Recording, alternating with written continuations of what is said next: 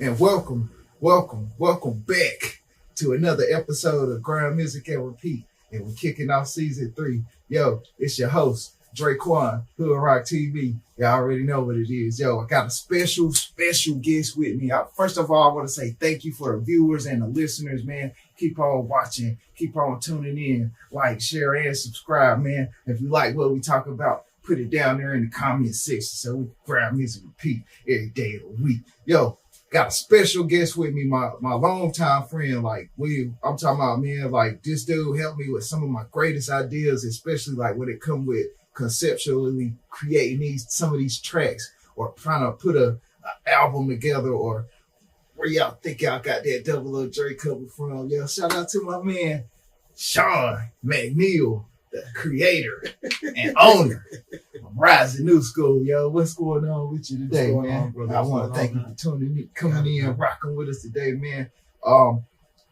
First of all, I want to say, yo, I thank you for coming on. You know what I'm saying? I'm probably going to say that like 5-6 times. You know what I'm saying? Just don't let me wear it out. No, look, good, man. Bro. Look, man. Yo, you created, you know what I'm saying, like some of the greatest pieces as far as just like independently, you know what I'm saying? Like, and you kind of a master at this craft, you know what I'm saying? That's right. If y'all can check it out, y'all can see us. We got a couple pieces on the table. He always up for business, you know what I'm saying? Check me out, risingnewschool.com. Yeah, okay. So let's go ahead and jump into it, man. How do we get started here, Sean? Like, where do Rising New School come from? You know, man, I've been a graphic designer for over like 20 years. Mm-hmm. It's always been a focus of mine. I grew up around people who were doing music and stuff. I didn't really want to be another artist. Yeah. As far as a recording artist, I wanted to find a different way to express myself. Yeah. And I got it in graphic design. Mm-hmm. And then growing up through the 90s and the early 2000s, streetwear fashion became, you know, a foundational part of life around here, especially like even, I'm from upstate New York originally. Okay. I had moved to California. Mm-hmm. And then from California, I moved down south to North Carolina. Yeah. And even in that weird trajectory of bouncing around the country, mm-hmm. I was always keeping up or just being aware of different fashions and styles, and not even just in our own culture, but in other cultures, like the white kids at school, what they wear and all that kind of stuff, and what applied. Why does it matter? Why does this T-shirt, reach out to this kid and make him want to wear? Why is that his favorite shirt? And those kind of things always stuck to me. Like I grew up, like I was really into stuff like when everybody was doing Fubu, I was really into Echo. Yeah, everybody tries to play it like it's whack or it's goofy, and it's not. I feel it's like it's one of the brands that best aestheticizes like hip hop. Mm-hmm. Like it shows you, like it brings into its chest the core elements of hip hop, unapologetically. Yeah. You know what I mean? Like you see it in the hand styles and graffiti inspired. But I love it. So that was always a big inspiration for me. Yeah. So I mean, I always wanted to, have my own clothing brand or be able to just put ideas on clothing that people would rock and connect with. Mm-hmm. I'm from upstate New York, a place called Poughkeepsie. Yeah. To describe it to you, it's a small city. It's not inside of the boroughs. It's way up north. Yeah. It'd basically be if you got on the Metro North and rode it all the way to the top and fell asleep, you wake up in Poughkeepsie, basically. Okay. But Poughkeepsie, PK for short, had also been known as a power kingdom, I guess, throughout the 80s. Like I'm not sure where the name derives from, but the city was kind of known as power kingdom when we were going to high school and all that kind of stuff. So as I kind of got into my graphic design game and all that kind of stuff, I was working at a screen printer when I was living out there. And I was kind of doing it so that I could have access to the machines and the information to be able to put my brand together. So I started this thing back in the day. It was called Power Kingdom Clothing Company. And it was really the idea of, I was kind of in a way trying to inspire or instill more local pride amongst my community. Because where I'm from in Poughkeepsie, it's a small place where a lot of stupid stuff happens. Anytime you live in a small place next to a bigger place, you kind of have, your city has, I feel, like a little brother syndrome. You know what I'm saying? Where we ain't doing enough killing, we ain't selling enough drugs, we ain't like them, we over here. Like, and it's like, that's not the thing to be trying to compete with. Right. Yeah. And it causes a lot of tragedy, strife, dumb stuff to go down. And, you know, you grow up feeling like you ducking and dodging a lot of stuff a lot of times.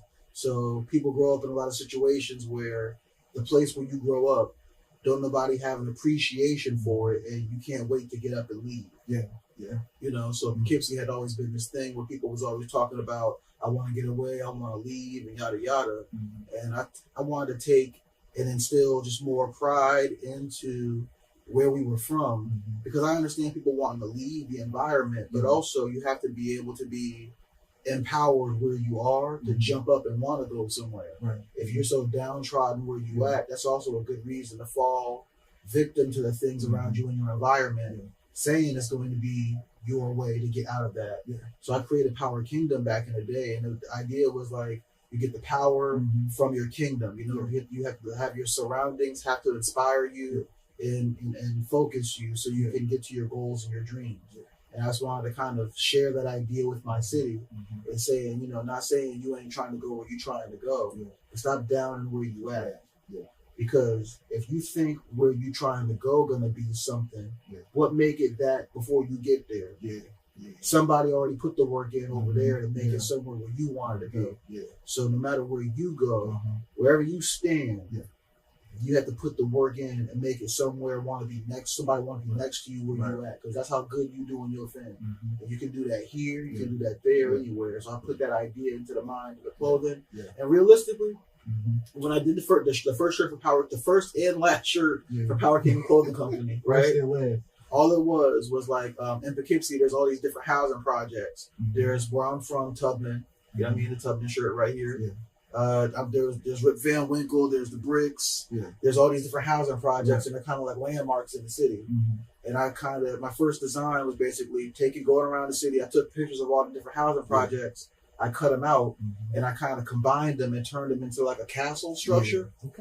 And then I had one of my homies do a sick drawing of a king sitting on the throne. You know what I mean? I put that in front of the castle.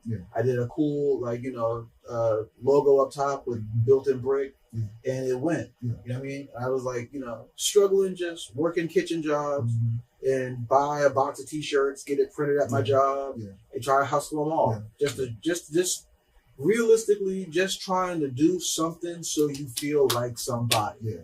You know? And I realized and connect that a lot of people in our environment come into that incorrectly. So you feel like this creates a purpose for you. In a sense, I mean, there was a lot of things I wanted to say, a lot of things I wanted to do. Like the whole reason of going back to the Power Kingdom thing, like just even in that, I was always telling people, what you wear should have some meaning behind it. You don't understand what the meaning is necessarily. And a lot of times we make it cool to not care, which is foolish.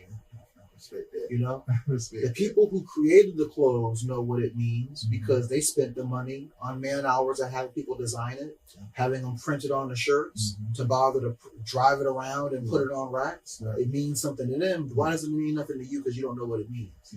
So you can walk around here and misrepresent yourself or your people by you thinking something is cool when it's really not. Via, you know what I mean, the appreciation of somebody else who don't understand nothing either.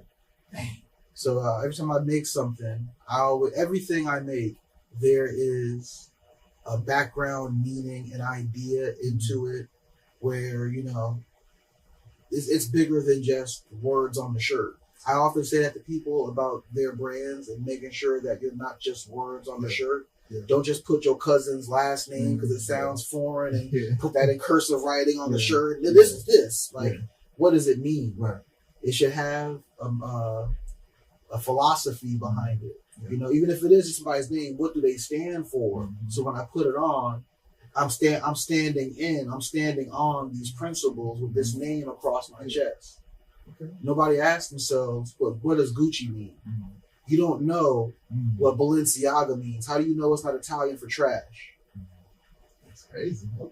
But you'll put it on your chest, and over here, it comes with I got this stuff on, Mm-hmm. and it means that it comes with a certain level of commanded respect. Yeah. Because he got that stuff on, so Yeah. that brand comes with a line of money and access to money and thoughts about having money. Yeah. So if I get around a man with these clothes on, I'm gonna be around somebody who got some money. Yeah. And that's kind of maybe what we kind of co-align.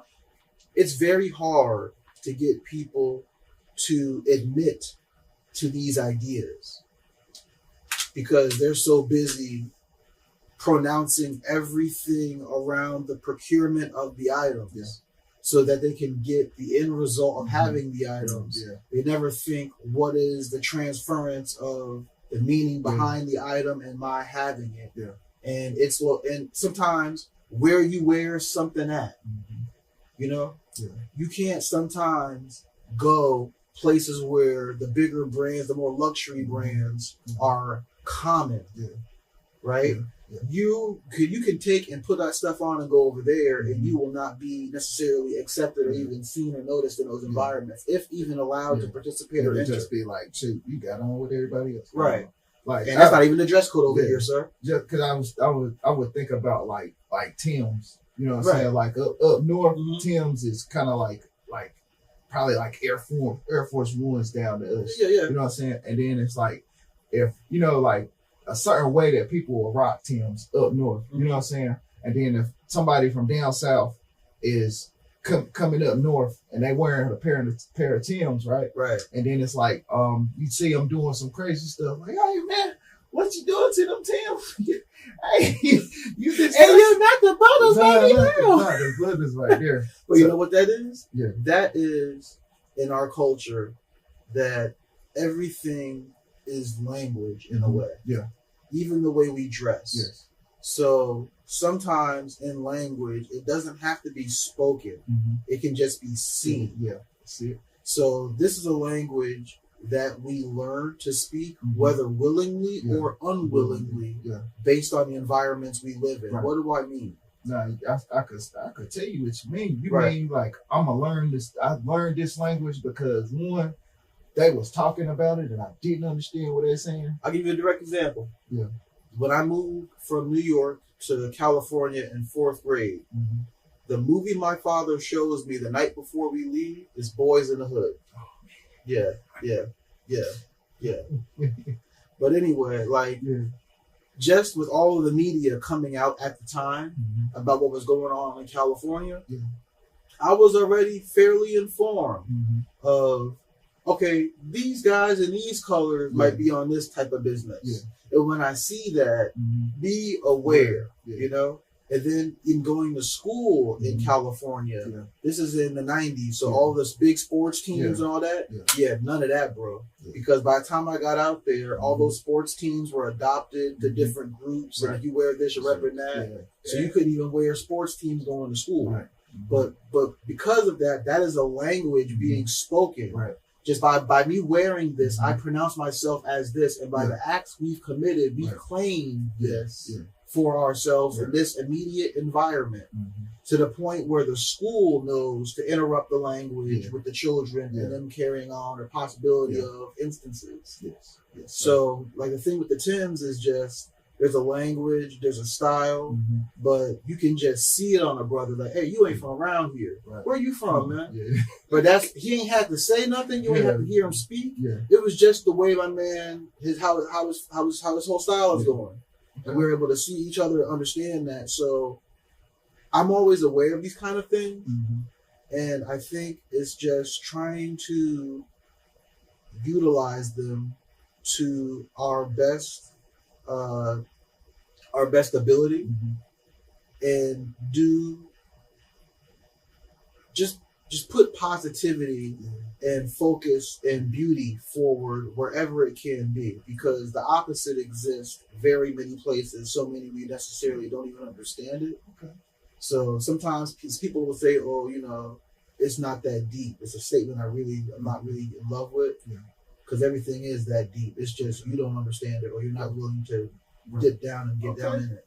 Okay, so I'm looking at these pieces, like, and then I just see you got a vivid array and stuff like Thank that. you. How could you describe Rising New School to a person that couldn't see? Okay. Well, I would say this. I would say Rising New School. Or let's get into what it represents. Okay, and yeah. We'll come back to that. Okay. We'll end up with the blind homie, I and then got I'll you. explain Yeah, it to the okay. blind homie after. I Okay. got you. So, Rising New School is kind of like the child of Power Kingdom Clothing Company. Okay. There was so much I couldn't do, and just trying to survive in this world, and trying to make a place and stay, and all that kind of stuff. And you know, sometimes your dream, you forego your dreams merely to survive. Yeah. So Rising New School, me kind of putting that brand back out was me picking back up, not necessarily where I left off, Yeah. but just me cultivating all of my talent and experience from between these 2 points, right? Okay.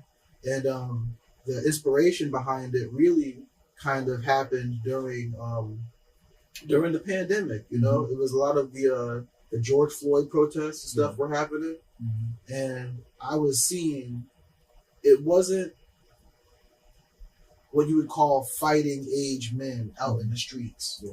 What I saw protesting were young women, little kids, old people. Yeah. The line at Walmart turned up on the street about one of ours. And that it sat so deep inside of my soul, especially when I seen them catching hell behind, you know, the controlling class, you know, and how they chose to treat them, you know what I mean? Corralling them against the fence on the freeway and throwing tear gas randomly into a crowd of people where you don't know who has heart conditions, asthma, and I guess we just gonna play it as it lies. Children, old, whatever, right? Pregnant or not, right? And when I seen the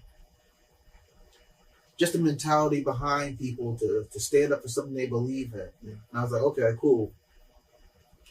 We built from more than we may give each other credit for on the day to day, and because of that, I was very proud of everybody. I was nowhere involved, you know, because you always see the worst happening for yourself. So you can see it happening for yourself, but that 14-year-old don't see it for himself. He out there at it. You know what I'm saying? So, and I always believe that you ain't necessarily got to be on the front lines, you know, but you do have the ability to like participate. Okay? Everybody is not a soldier shooting a gun on the front line, right? But this is kind of like old 1930s, 1940s American mentality, right? Do your part. Like when the doughboys were fighting over there, we were doing our part here, buying war bonds and working in factories. And so everybody down to the little kids, they had them. It was a part of a war effort. I was constantly propagandized that your American life, even over here, while you're not fighting the war over there, you do something to help the effort of the war. So for the things that we are at war with here, there are people who are what we would consider the front lines, whatever that may be in the moment. And I feel that theater of warfare constantly changes depending on what we're talking about in the moment. That can be a protester. That can be somebody in court fighting for something. That can be an activist. That could be a celebrity not bending the knee for an ideal or bending a knee for an ideal. I see what you did there. You see what I'm saying? But it's us being able to lock in with each other and say, this is what we on. There was one out of all the stories I saw, and there were so many stories during that pandemic period, you know, where you saw things that just, because I feel division is kind of being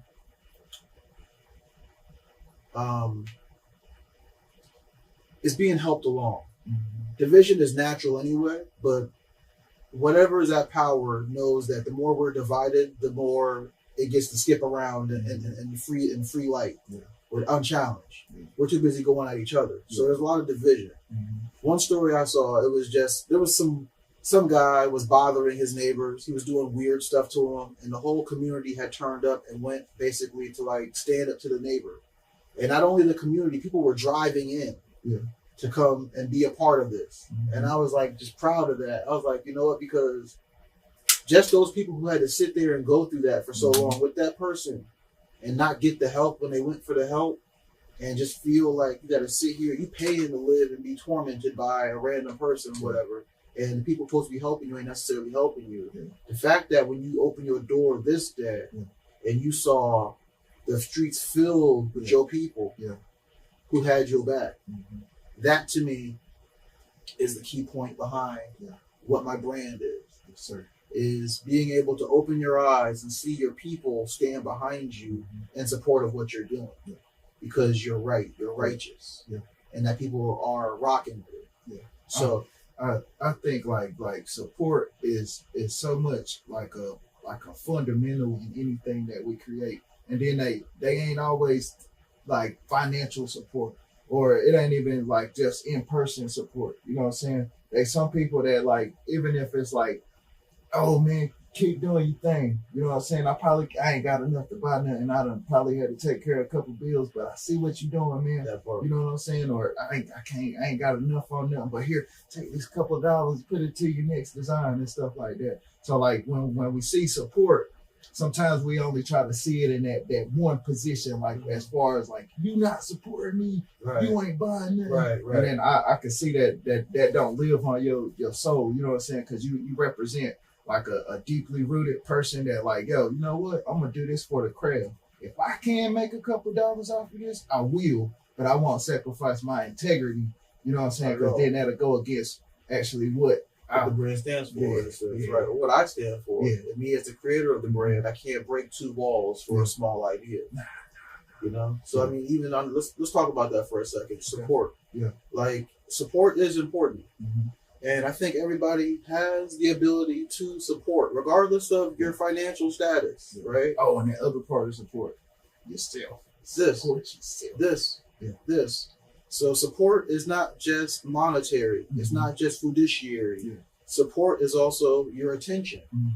You know, the fact that you even willing to take on somebody's information and I go see the site and I didn't get nothing, but I did post your site on my thing and I got X amount of followers on mine. So I just basically put your brand in front of all of my followers. Hopefully not most of them bots, but whatever, right?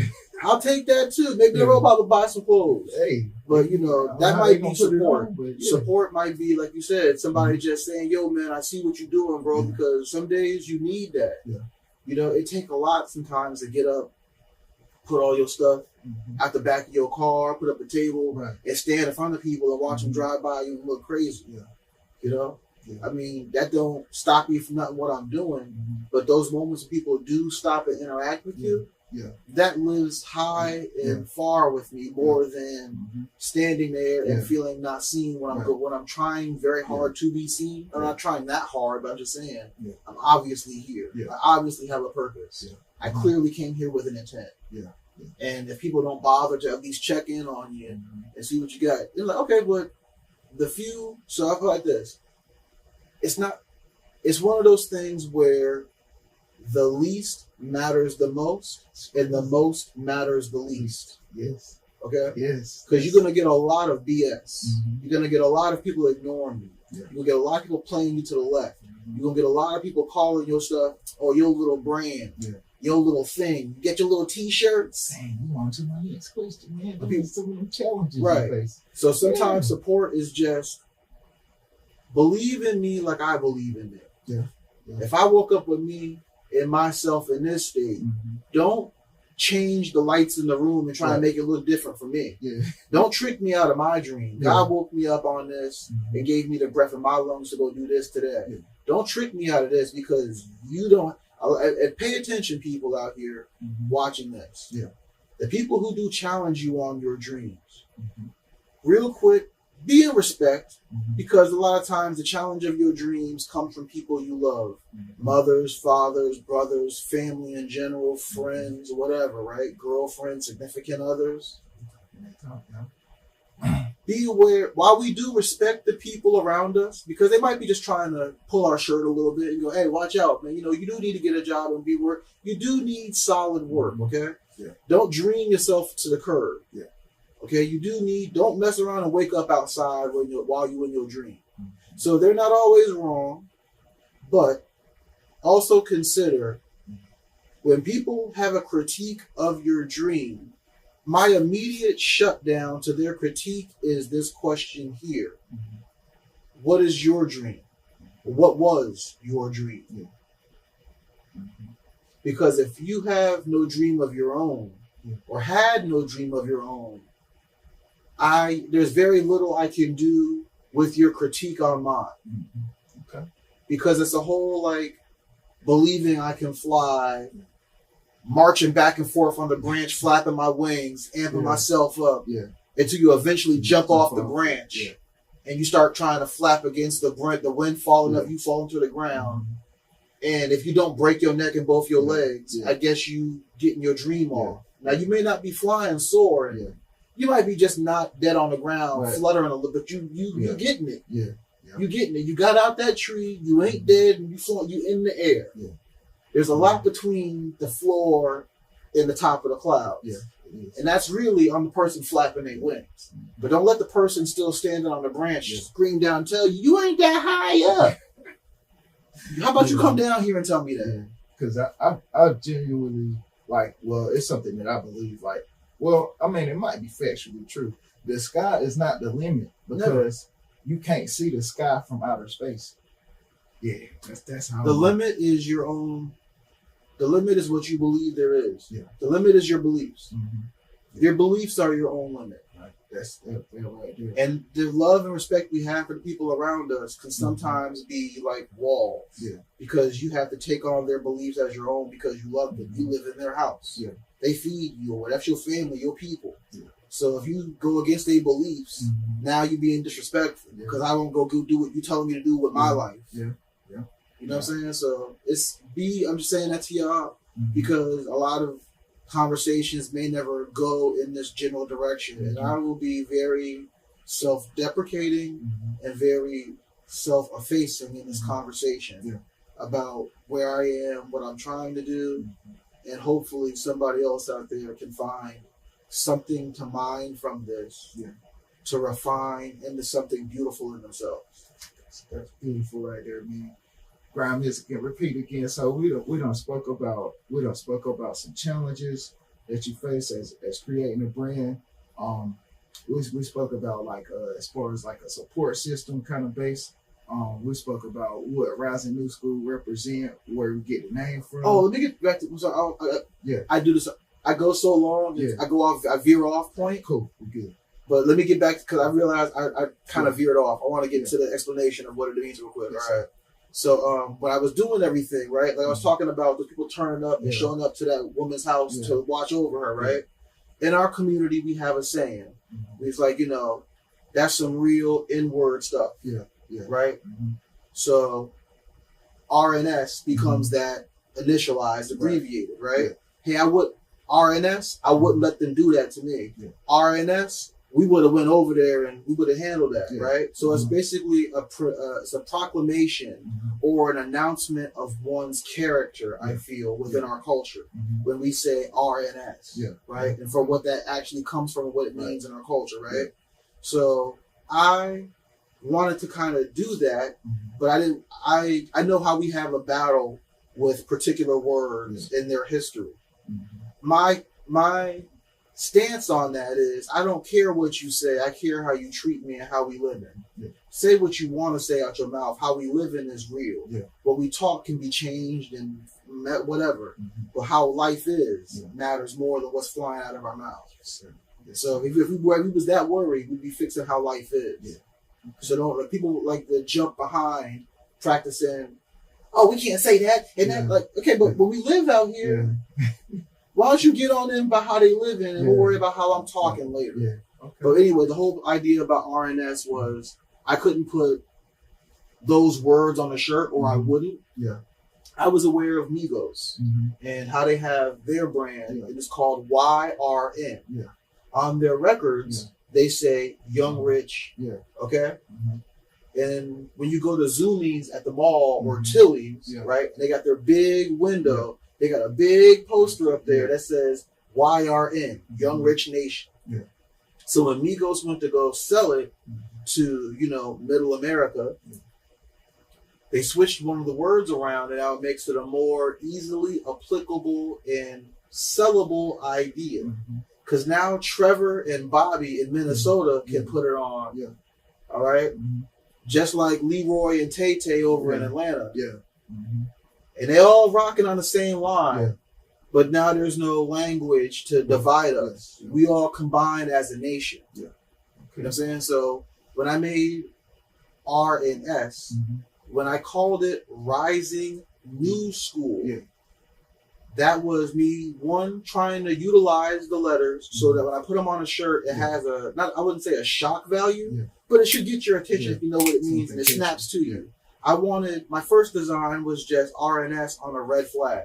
Not no gang stuff or nothing like that. It was just kind of like to call your attention, to grab your attention. And it was either a proud proclamation that, hey, over here we on RNS, or it's a warning. Okay.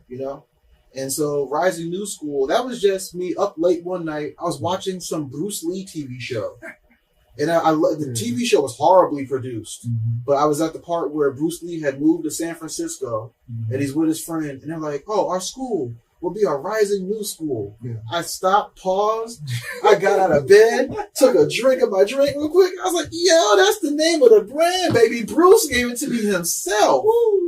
And I was like, it's right on point, and it's like it's exactly what I'm about. Like the idea of proclaiming and announcing something about myself. I'm on that because it's like I'm teaching you something about me. And there's a young class of kids coming up out here who I feel are very much on that. There's a class of people who've been here who are very much on that. There's a class of people who've been here, who put us here, who was still on that. And I'm looking for this to kind of be a cultural bridge that connects all of these through lines just through this idea. And okay, so when I got done trying to be shock worthy and have all that, I was like, okay, we got to connect this to something bigger, right? Okay. So it's like, what does Rising New School mean? So Rising New School would be the idea that every day is a lesson. Okay? And in this life, you're nothing more than its student. Okay? So don't trip off of something thinking you a king and you done failed your kingdom. You're just a student in life. Even a king can be a student because every day he's going to learn how to be better in his kingdom, how to make his kingdom better. Everybody is a student. When if you think you have nothing to learn, you would be looking at a fool's reflection in the mirror. Yes, sir. I like how you said that. So the idea of the brand was one, to lock in and cultivate with our culture on a language that is often challenged, but I know I can get your attention. So I got your attention. But now that I got your attention, I'm going to take your attention and I'm going to bring you over here to where I'm talking something real, or I want to remind you of our history, or I want to show you a future, or I want to, realign with messages we should be believing in, or where we might have got, and I can make it look cool. I can make it look fly. I'm not going to be I'm not trying to preach at you. You're going to do what you're going to do. So look, with even like, just as a designer, you know what I'm saying? What's the difference between creating pieces for like your male demographic and then for pieces for your female demographic? Well, quite honestly, I mean, so now that I've been doing Rising New School, I've been working at it for a few years now, and it's background, foreground, whatever, when I can, when I can't. I just kind of made it and put it up just so that even when I'm not doing nothing, I can always come back to it. It's better to make it and put it up than to have to always start it one day. Because you ain't never going to start one day. I'll do it tomorrow. If you do the big piece now, you ain't got to do it later. You can always come back and do the other pieces later, right? I had been making everything, I feel, fairly unisex, I myself as a man I design from a male thought space. You know, a lot of the ideas I have, I feel I do it kind of for us as a culture as a whole. So anything I'm doing, I think I already include the women in it anyway.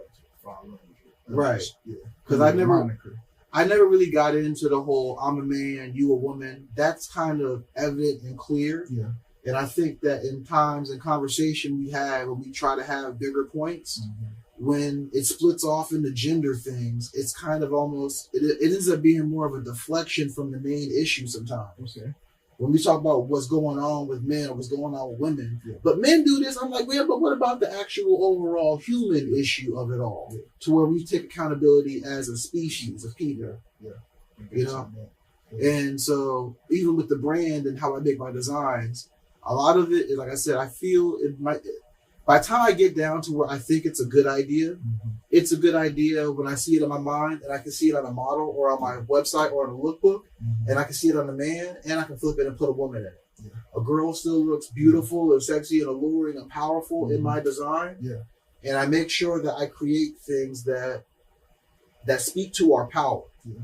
I don't never want to create something that misrepresents myself, my brand, my name, my family, my people, my culture, or the most importantly, the person who's wearing my shirt. Yes, you know, so the ideas that I put in, like I said, I do a lot of too much thinking. Yeah. You know? So even like the shirt you're wearing, there's a thought process in the particular colors chosen for the letters. Yeah. If you're familiar with certain things, you know? The theme of why I chose to use like a ransom letter style, there may be a message or a thought process to that. Yeah. Outside of it being a popular aesthetic in American culture anyway. Yeah. I would say like, and if I could guess, it would be like, I had to piece this together. That too. Yeah. That too. But there's deeper meaning and everything to it when I go to break it down. I'm like, oh, okay. And who wears it and what it looks like when you wear it. Yeah. And when we understand the message from far back, it's kind of like looking at a painting. Yeah. It's like a pointillism painting where they use little dots to make an image. Yeah. Right? If you're really close up on it, it don't really make a lot of sense. It's a bunch of dots. There you go, man. Shout out to TY. I told him one time, I said, the closer you look, the less you see this. Yeah. And so if you stand further back, we can understand what we were just looking at and what was around it and what was next to that. And now everything locks in. So it wasn't a bunch of dots. It was a picture of a dog next to some roses or something. Yeah. Yeah. But now you have to back up and have the perspective and see, oh, okay, I see what's going on here. So I designed a lot of my pieces to kind of have, in a sense, that kind of magic decoder ring where you are the magic decoder ring. Yeah. You have to be from here and had spent time in this culture, going over to your cousin's house. We watching the movies, we listening to the music, we have the experiences. And those things are the things that unlock what the designs actually mean or what you're supposed to be seeing when you look at it.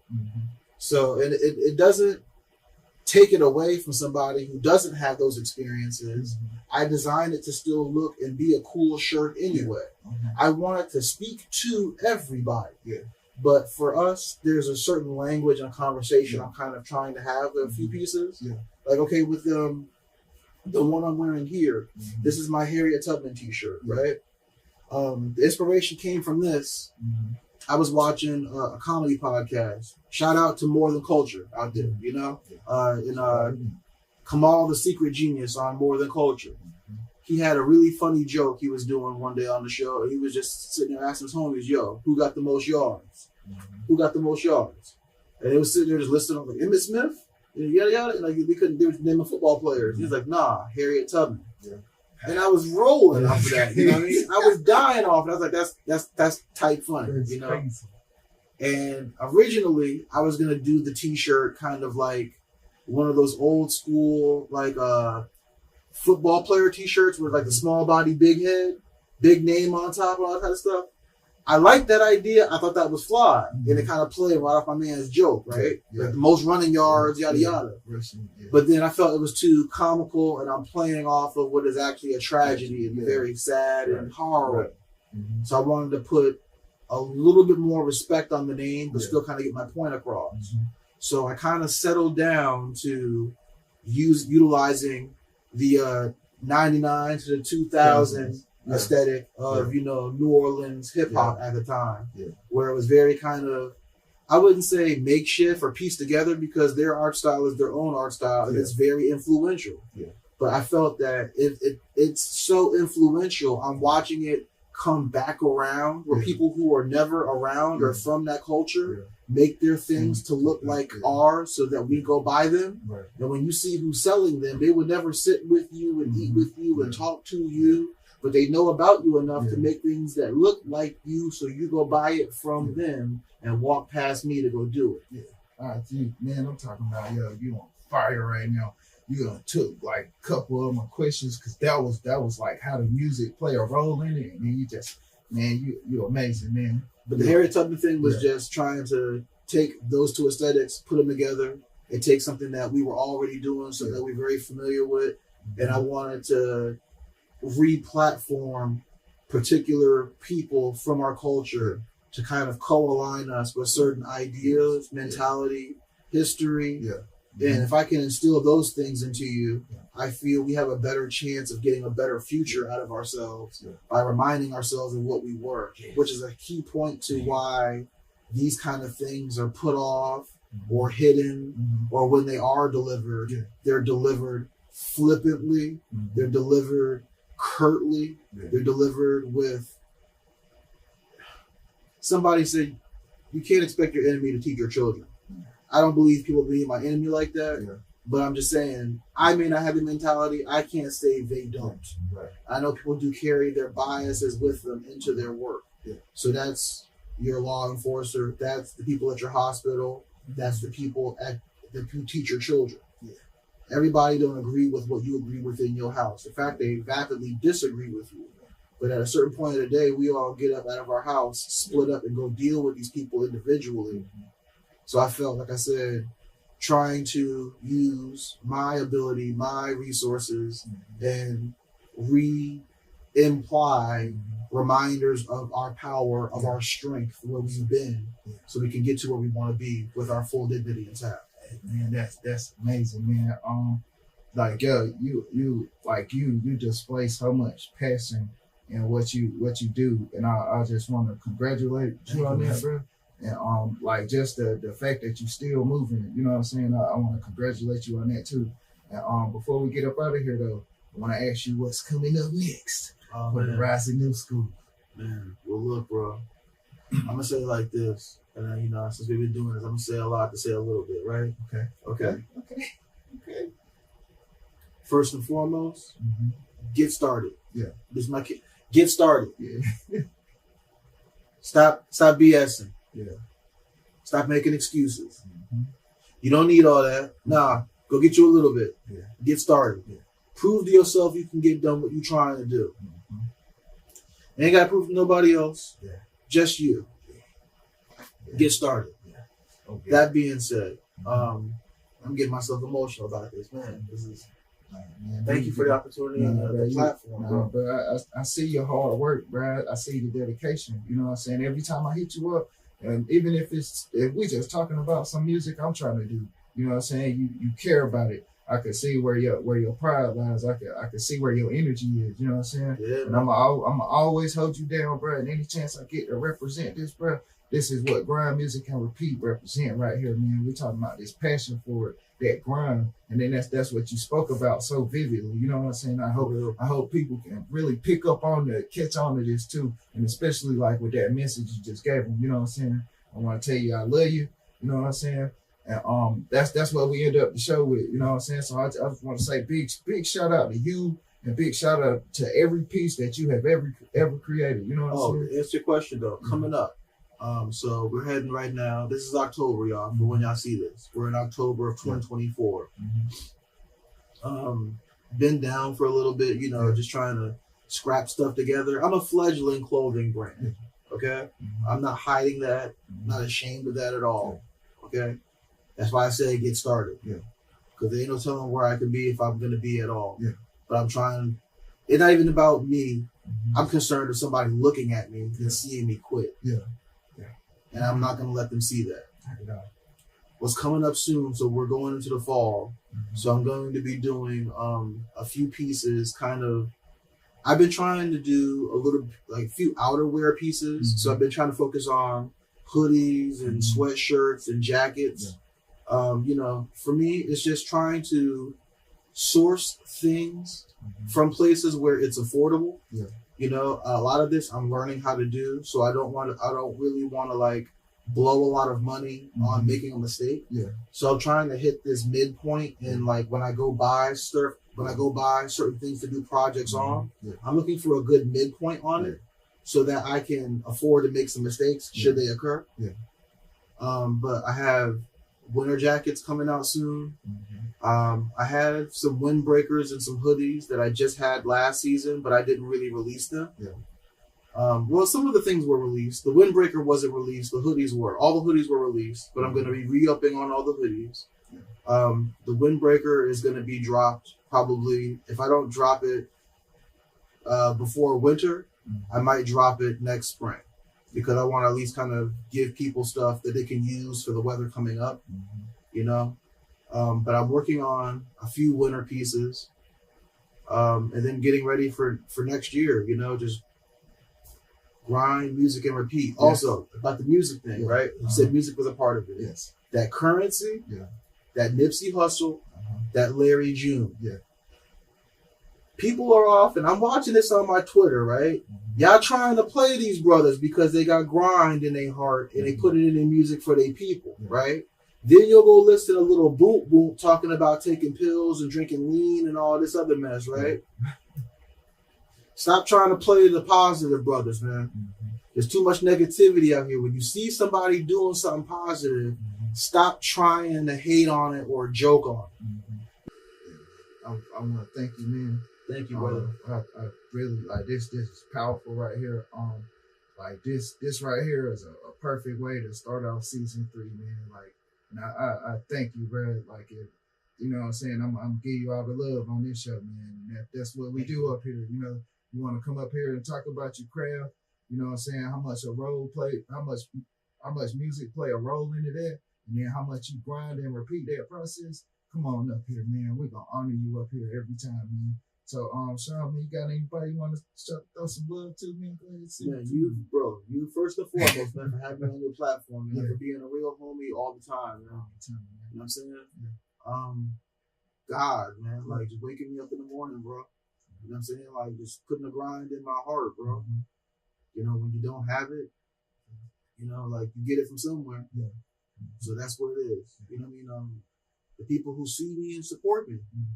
You know what I'm saying? Like I said, every positive word, every last dollar. You know what I mean? Like the homies who put my stuff in their store. You know what I mean? The people who, the people who I give pieces to, and they wear it with a particular pride, and I done gave a man a hoodie, and he came back and had a matching hat, matching sneakers, so he could wear it right. That's support. He didn't spend no money with me. I gave him that for the love. But next time I saw him, he showed me, he went and put something with it so he could make sure he looked real good when he had it on. Because he wanted to represent me in his best. So all those people, man, and just, you out there watching this, I appreciate you. I need you to appreciate you, though. That's the part that really matters. Don't worry about who appreciate you. Do you appreciate you? Because if you don't appreciate you, you can't do none of this. You can't do none of this. It's hard to learn Photoshop and learn programs and teach yourself screen printing, teach yourself how to tie-dye. You got to have appreciation for yourself to sit with yourself and lead and come out the house with some gold.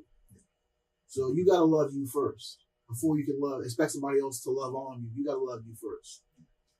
That's amazing right there, man. Once again, I thank you for coming up here on the show with me, man.